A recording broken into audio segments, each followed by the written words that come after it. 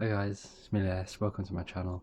In this video, I'm just going to be discussing the transfers that I think Arsenal need to get done in the summer. I made another video on this a few days ago, but I kind of wanted to elaborate a little bit. So, currently, I think we need a new goalkeeper. I think we need backup players in all four defensive positions. So, left back, centre back, and right back. We need backups to Saka, backup to Martinelli, backup to Partey and Odegaard. So Partey, Odegaard, both, we need backups for those two.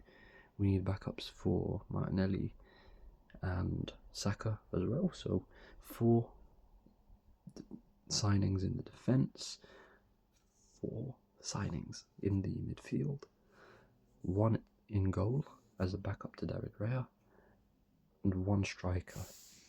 So that means 4, 4, 8, 9, 10. We need 10 signings at Arsenal. I'm not joking. Do you know why? Because I'm going to list you the players who may leave. Okay, first of all, Tierney. He may leave. Zinchenko. Tomiyasu's out pretty much all the time. Kivio. He may stay, but is he the option that we need? I'm not so sure. So already, defensively, we're very short. Let's just be honest. We need signings in that defence. Midfield. Jorginho is leaving. Trossard probably going to leave.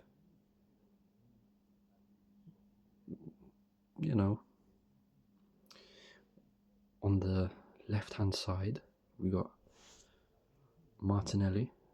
We need a backup to him because Trossard may leave. Partey may leave potentially. I'm not sure. Possibly. So we may need a new player to come in for Partey and a backup for that player as well. You know what I mean? And then we need a backup for Odegaard as well. So at least three signings minimum for the midfield.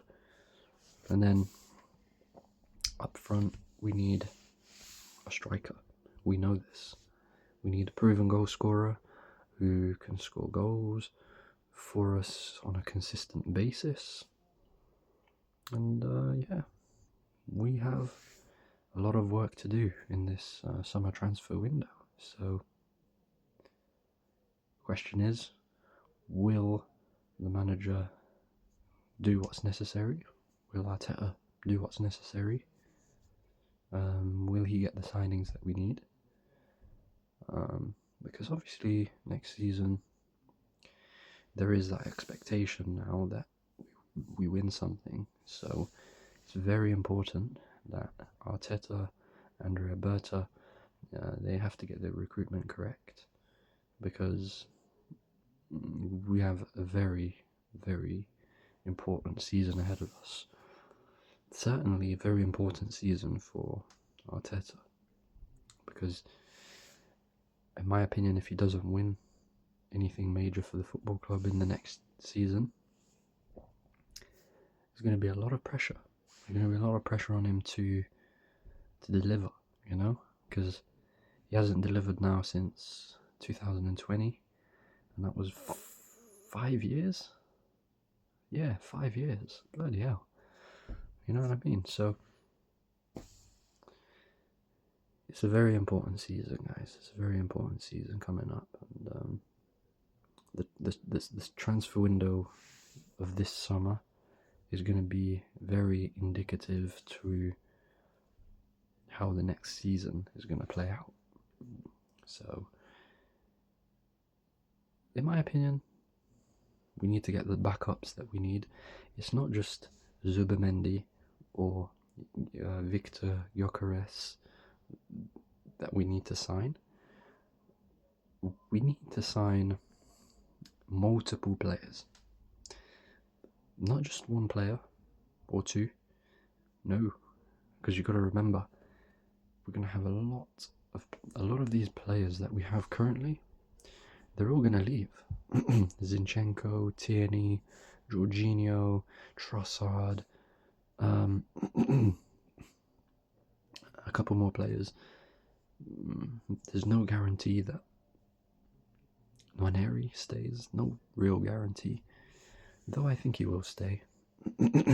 So we need to ensure that we have a squad. It's very important that we have a squad. Football is a team sport, guys. It's a team sport, so you need a fully functional squad to compete at the top level, to win the major trophies. Because last season we didn't have a fully complete squad. The season before we didn't have a fully complete squad, despite the fact that we competed for the title and we got very, very close. We didn't have a complete squad. If we had a complete squad in 22-23, where we bottled that 8-point lead, I think we would have won the Premier League, because we would have had a striker who would have got us over the line. That season, we distributed the goals among 4 players. If we had a proven striker, it's very possible that we would have won the Premier League. We would have had those extra points that would have got us over the line, because he would have, that proven striker would have minimum, he would have surely bagged us at least 6 points extra worth of goals. He would have won us an extra 2 to 3 games at least, and that would have been enough to get us over the line. Now, I don't just think it's the recruitment of the players that's important this coming season. I think it's the manager's tactics and his approach. He has to play a brave style of football. Look at any team that has won something. Leicester in 2016. They didn't have the most glamorous squad, but they had a way of playing that was, brave, forward thinking, attacking. They had that foundation in defence. They kept it very solid at the back with players like Wes Morgan, Danny Simpson. They kept it very tight at the back, but up front they were ruthless with Riyad Mahrez, Jamie Vardy. Those players were ruthless, and that's why I think, as well as having a fully fit squad, or not just a fully fit squad, a complete squad, so rotation can happen effectively. It's not just about having a fully fit squad or a fully functional squad. It's also about having a manager that plays a style of football that is efficient. So the manager doesn't have to set the team up to always, play with the ball. Like Arteta, he likes his team to play with the ball a lot. That doesn't have to be the case. You can set the team up to play the way Crystal Palace have in the FA Cup this season, for example. Don't have too much possession. off the ball, stay switched on, defensively stay switched on, but when our chance comes, we have to score. It's about efficiency. Teams that win, in my opinion, are teams that are efficient. Leicester in 2015, 2016, they were extremely efficient. Extremely efficient. They had, over the course of a season, I think they had 42% possession on average, or less, but they still won the Premier League. So it just shows you. If you look at the FA Cup final between Man City and Crystal Palace barely had any of the ball for the first, especially the first 15-20 minutes. City were passing it around.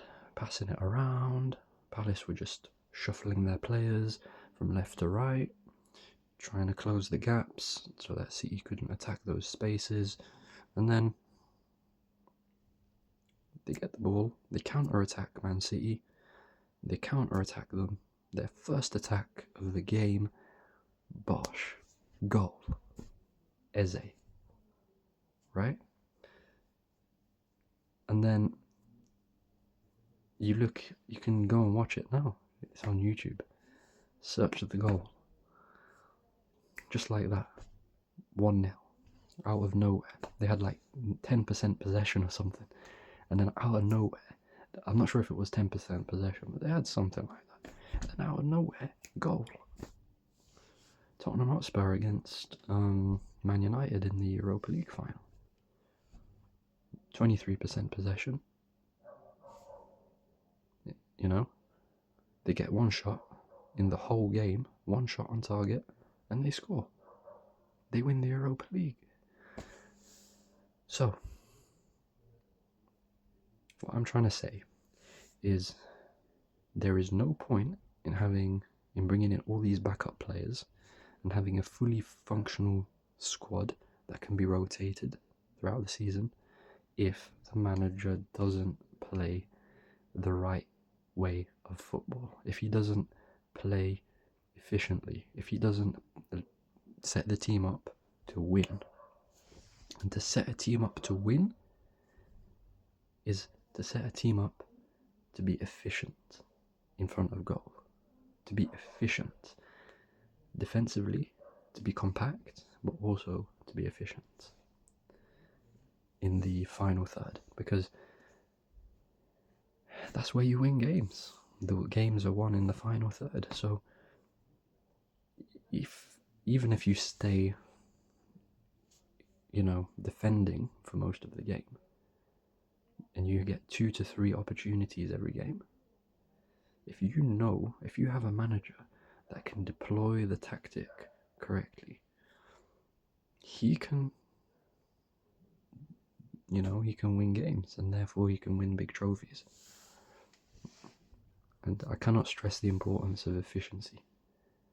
Efficiency is so important. So important in football. I don't think it gets spoken about enough.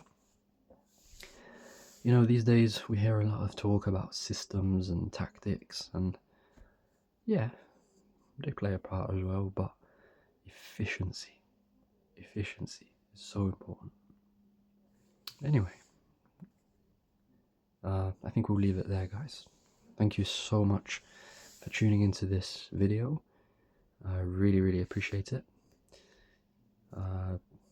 Let me know what you think on my take on efficiency and whatnot, and tell me if there's any things that I might have missed that are important as well. So yeah, anyway, thank you for watching. Let me know what you think in the comment section, and I'll be happy to review your comment and get back to you. So yeah, thank you very much for watching, guys, and I wish you all a very pleasant rest of the day, and I'll catch you all very soon. Peace.